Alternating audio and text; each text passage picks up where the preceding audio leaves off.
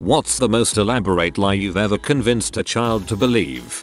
Back when I taught 9th grade, I convinced all of them that their math teacher had a glass eye, but was really sensitive about it. I instructed that they should never bring it up. He found out a few months later when he was complaining in the copy room that kids always were coming right up to his face to ask him questions about their work and would stare at him. I couldn't stop laughing. This, of course, started a prank war between us using our students as intermediaries. Children as weapons. I like it. When my brother was 7, he really wanted a conjoined twin.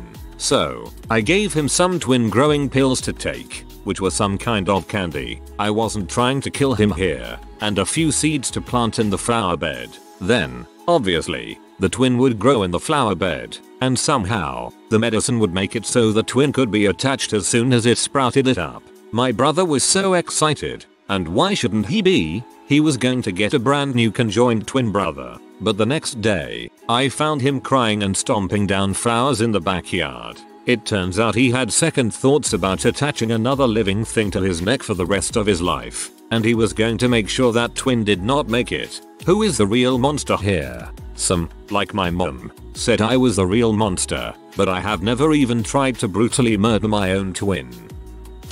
I got suckered into watching this kid after school every day when I was about 16. He was an butthole. His parents were buttholes. I couldn't hit him or anything, so I just taught him the days of the week out of order. God, this is probably my favorite one yet. I told a kid who was misbehaving in a fast food place that if he didn't stop, his parents would leave him there and he'd have to work there forever.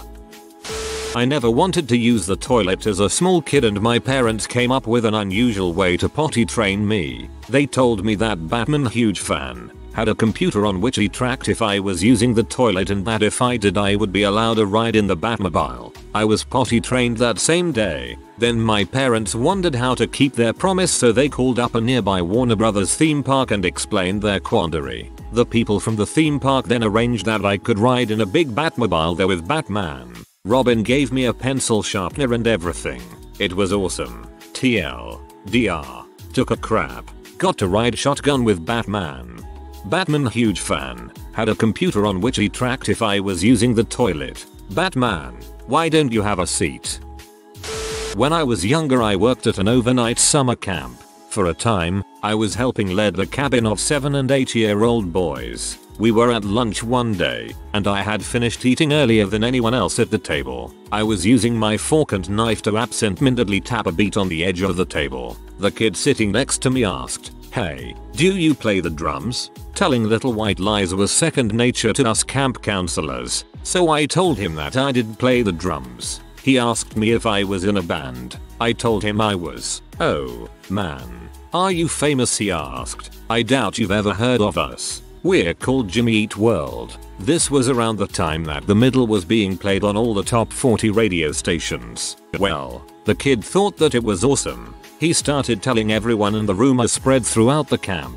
The last night of camp, I had a group of people come up to me for autographs. The sad part is that some of the counselors, people in their teens and 20s, believed the rumors as well. I ended up keeping the story going for about 2 years, with a few twists along the way, but I fear I'm getting long-winded already. My dad has a pretty big scar on his lower leg from jumping over a fence and hurting himself in a nail when he was a kid. So he decided to have some fun and convinced me and my sister that he gave birth to us from his leg. This was many years ago, but I still don't know what to believe. He is my dad. He wouldn't just lie to me, right? A friend of mine had his leg amputated due to the complications with his cancer. One day he was sitting with his prosthetic off and convinced our teacher's son that his leg had been bitten off by a shark. I was babysitting my daughter and her cousin when they were about 7.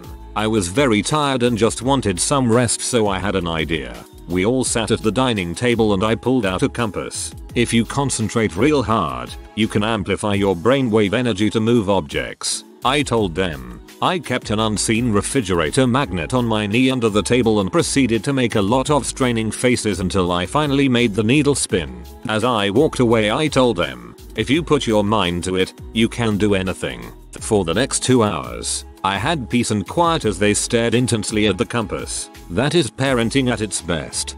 And 2 hours later they got it to spin right.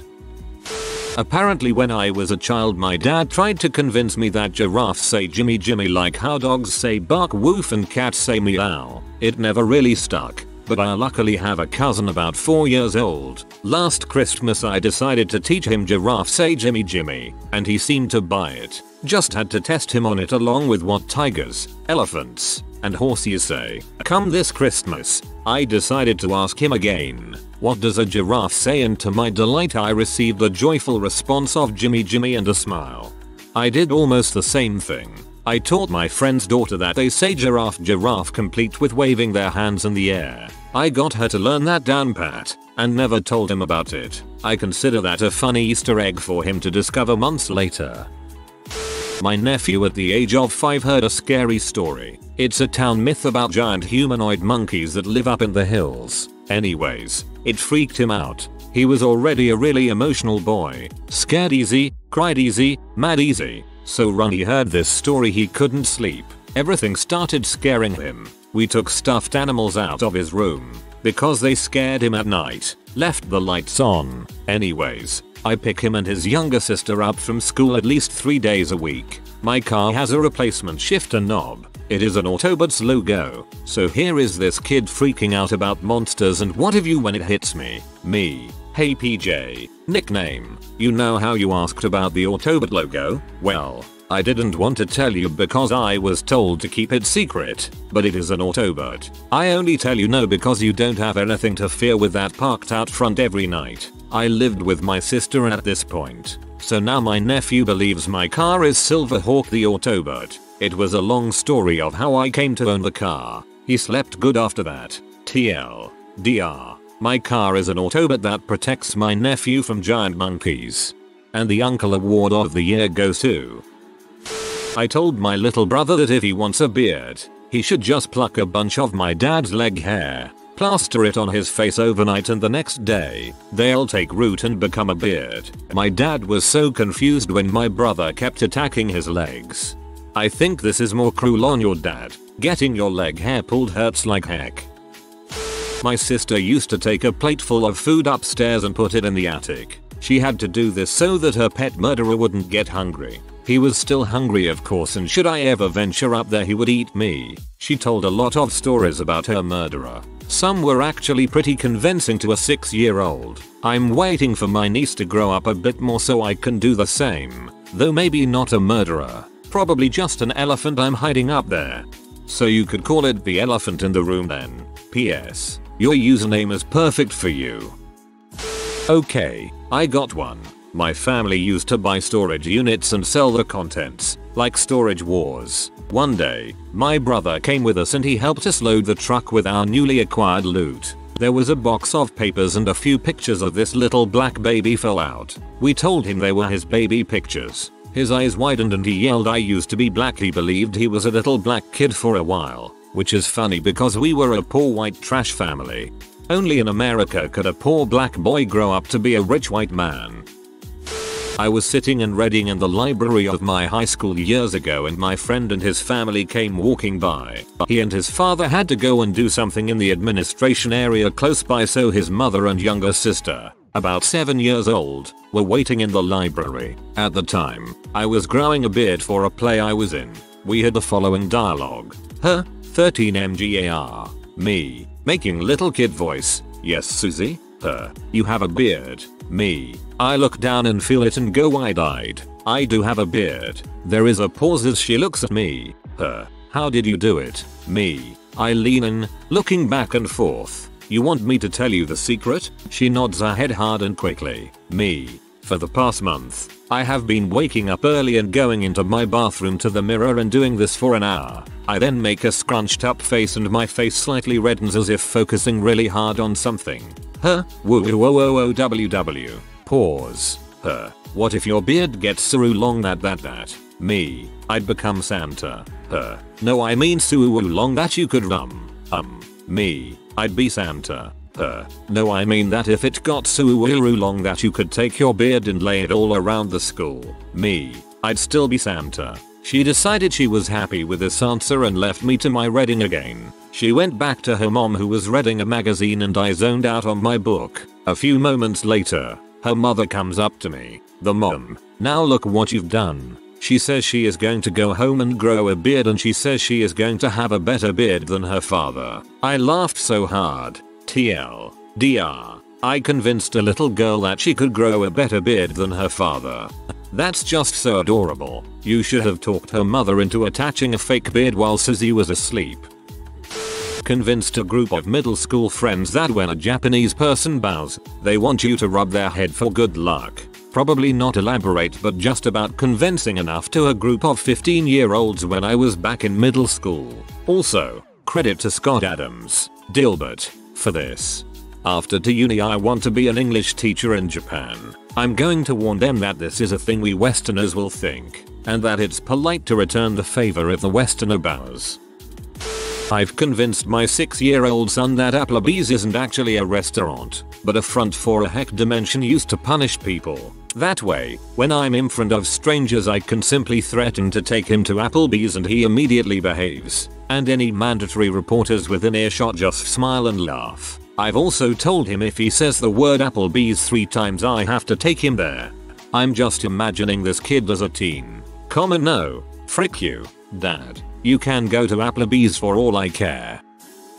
When my kids were 9 and 5 years old, they were convinced that they needed to stay up to ring in the new year. They promised they would go to bed at 12:01 AM New Year's Day. My wife and I really didn't want to stay up that late, especially with squilly kids. So, throughout the day on New Year's Eve, I would push all of the clocks up an hour. When the clocks told midnight, it was actually around 8 PM. They hooted and hollered that they had made it. Then they went to bed. I told them of the ruse several years later, and they were livid. I figure if that's the worst thing that I ever did as a father, I'm probably doing okay. Now I don't feel so bad for doing the same thing to my kids this last New Year's. My dad had me convinced that they'd adopted me from a rich Greek family. When I was naughty, he'd joke about sending me back. I hoped it was true. We were pretty poor. Not a child, but I convinced my friend that Tim Tebow was also the lead singer for Mumford & Sons. That was a good day. I'm gonna need more on this one. My brother hates his name. I convinced him that my parents allowed me to name him and I picked Garrett because it sounded like carrot.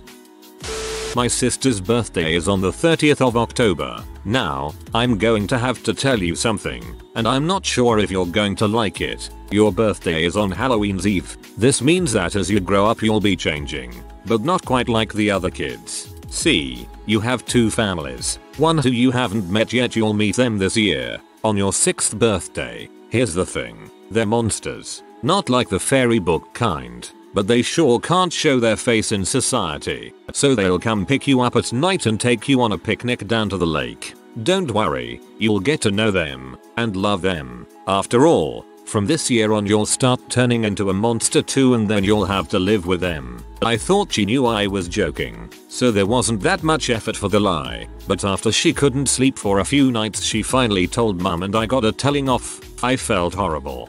For a second, I thought you were my older brother. My birthday is October 30, but my brother was a lot crueler. He told me I was actually born on Halloween and that my family lied to everyone about the date because they didn't want everyone to know I was a witch. I was convinced that every coincidence that happened was actually my magic powers starting to develop. I have quite a lot of moles on my skin. Not a strange pet collection. Young kids often blurt out blunt questions like what are all those spots, which I don't mind. It's just kids being kids, but can often make the adults in the room a little uncomfortable. So I normally say something daft like there was an accident at the planetarium and had the star constellations burnt on me by an exploding laser telescope. Or they are tiny tattoos of my favorite hedgehogs and then point out a few saying that's Harry and this one here is Mrs. Prickles. It is Mrs. Prickle. The elaborate part. A friend's kid didn't believe me and argued back that they were spots. So, it took me a while, but I eventually found a temporary hedgehog tattoo online and applied it on my forearm before going there the next time. I left my shirt on a while and eventually took it off and let him spy it in his own time. Victory was sweet. It's a few years on, and he still asks if I have any new ones. I wish I was bad butt enough to get a real tattoo for this purpose. Dude, take your biggest mole and get a nose and tail tattoo to it. So small no one will notice until it's pointed out, but will totally convince the kids. Totally worth it. I told my daughter I had 6 toes. She believed me for years. When I counted them in front of her, I would hold 2 toes in my hand, count 3, swap over to the other side, grabbing 2, and counting 3 again. She crept in my room one night and counted them while I was asleep. Oh, and I told her I was born a girl. She went and told her full school class. This one time, I convinced both my parents and my little brother, who was 16 at the time, that albatrosses were named for the famous Arabian sailor Albatross. They believed me for a while, and when I found out, I was surprised. I told them the truth afterwards, but still. Well, the word is derived from an Arabic word meaning the diver, so it's hardly that far-fetched. I'm a science teacher, and I begin every semester with a lecture about the dangers of dihydrogen monoxide, and have the students write a letter to the school board stating why it should be banned in public schools. When I was going for a drive through the National Wildlife Park, I convinced a family friend's 5-year-old daughter there were sharks. Yes, sharks, in the jungle that would eat her if she kept talking. She was getting annoying tbh. She believed it and kept quiet for the rest of the drive. I like making things up and persuading my daughter they are real. She once asked what hoisin sauce was made from whilst we were eating dinner. I gave a lengthy detailed explanation of the strange elusive hoisin and how they're hunted for their sweat, which is then bottled. It's a very difficult process as we all know, the hoisin live on a remote hillside, which they survive on as the legs on one side are a lot longer than the other. The tail ends in a spiked hook that prevents them sliding, but can also become a spring in order to flee quickly. The third eye at the rear of the head helps prevent hunters sneaking up on them, and the body facing outwards from the hill has chameleon-like abilities. Not the other side though, that would be pointless. They also have one big fang. It went well for a couple of days until she asked her teacher for a picture. I liked to make up one ludicrous fact a week mixed up with true facts she knew to be true. She honestly does not believe a word I say now. My dad would say that means you've done your job. One day, my younger brother asked me who Helen Keller was, so as a good big brother I created an elaborate lie. I told him that Helen Keller was the main character in a book called The Miracle Worker by Charles Dickens. She was a blind and deaf girl, so God took pity on her and sent an angel to help her. This angel was called the Miracle Worker. However, the angel was also kind of a dong, so he only taught her to speak in Morse code. My brother was satisfied with my explanation and went on believing this for a few months. However, it all came crashing down when he asked my mother, when did Charles Dickens write Helen Keller? And then your mum was like, son, the book is called The Miracle Worker, you retard. I told my son that sometimes people can just suddenly and unexpectedly lose their sense of gravity and get violently sucked into space, and that's most likely what has happened to most missing persons. He was afraid to go outside for like a month until he forgot about it. I also told him that rust was contagious and that if he ever touched any he would rust to death. The one that he believed the longest was that if he left my sight the gypsies would steal him away because of his blonde hair so they can make wigs. I was a very neurotic young mother. I was 19 when he was born, and I was terrified of bad things happening to him, so I made up a lot of stuff to try and keep him from doing dangerous stuff. I had forgotten I told him about the gypsy thing. I told him when he was 5 so he wouldn't run off, until he was 8 and we were on a trip to Italy. My boyfriend casually said, be careful, there are lots of gypsies here, and he started to screech, they'll wig me lol. I promise he's pretty well adjusted now despite my previous frantic parenting style. I'm pretty laid back these days. I actually burst out laughing at the they'll wig me part. That's classic. I don't think you need to defend your early parenting techniques. Little lies are something that all parents do, and I'm sure you're a wonderful mother. A friend and I were watching a movie when we were younger, and her little sister overheard and asked what lesbian pee was. We convinced her it was a really special breed of cat so she wouldn't ask her mom about it. This backfired later when she asked her mom if she could get a lesbian pee, and said that she would take really good care of it. That is just pure gold. I convinced a kid that Pokemon were about to be real and that scientists had created some of the original 150 in a lab. I had elaborate fake science about it and created an entire plan for giant safari zones in Japan where you could go and experience Pokemon. By the end I was so into it I was sad because I knew it would never be.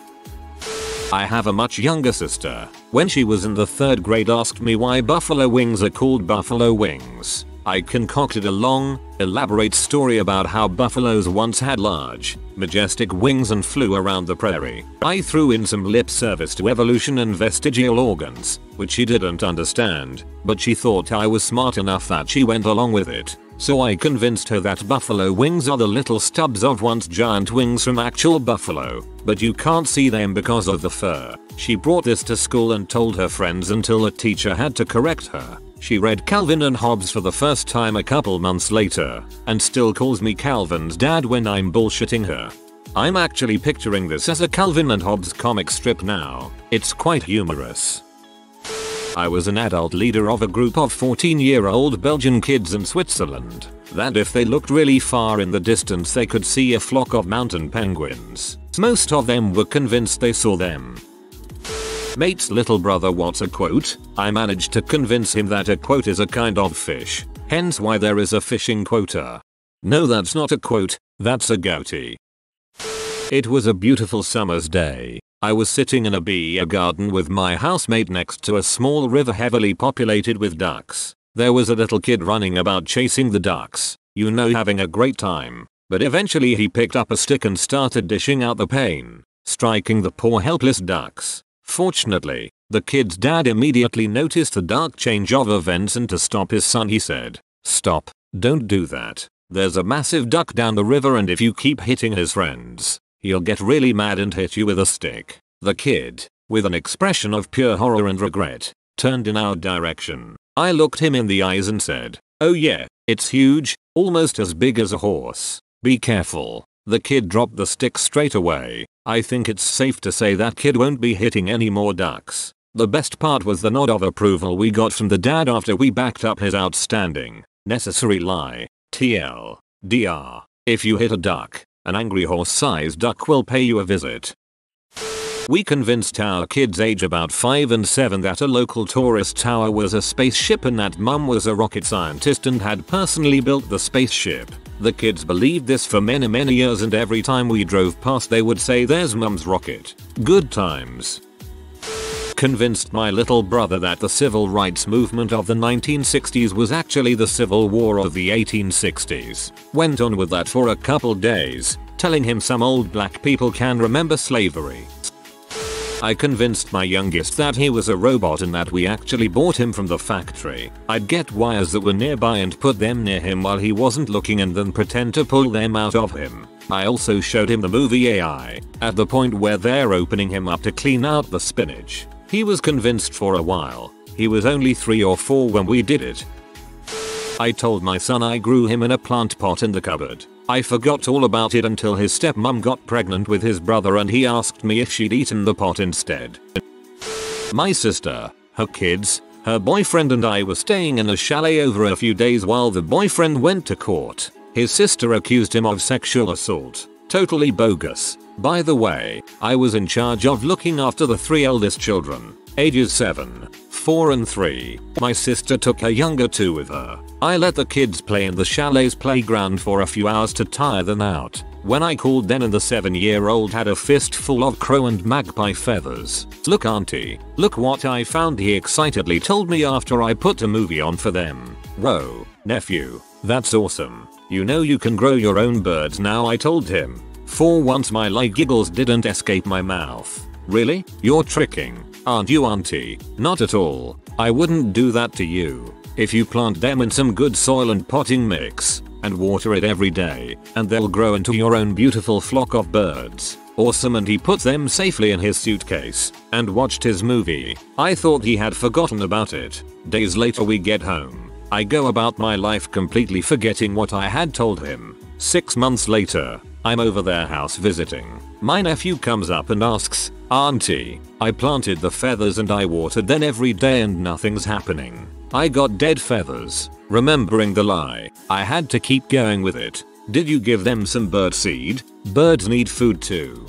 Of course, so off he goes and asks my sister to go buy some bird seed. My sister is at a complete loss as to why he suddenly needs bird seed. 2 days later, my nephew finally learns the truth. My sister told him when I visited again. My nephew thought it was funny as heck.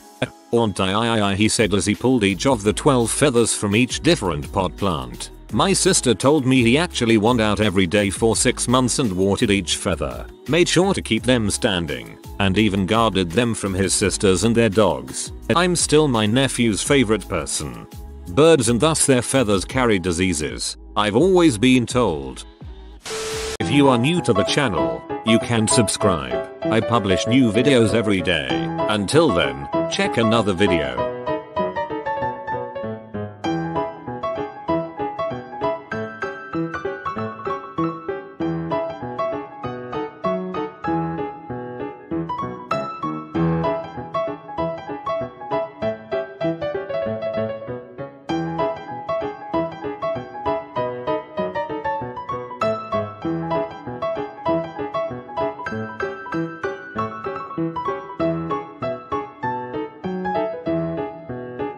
Bye for now.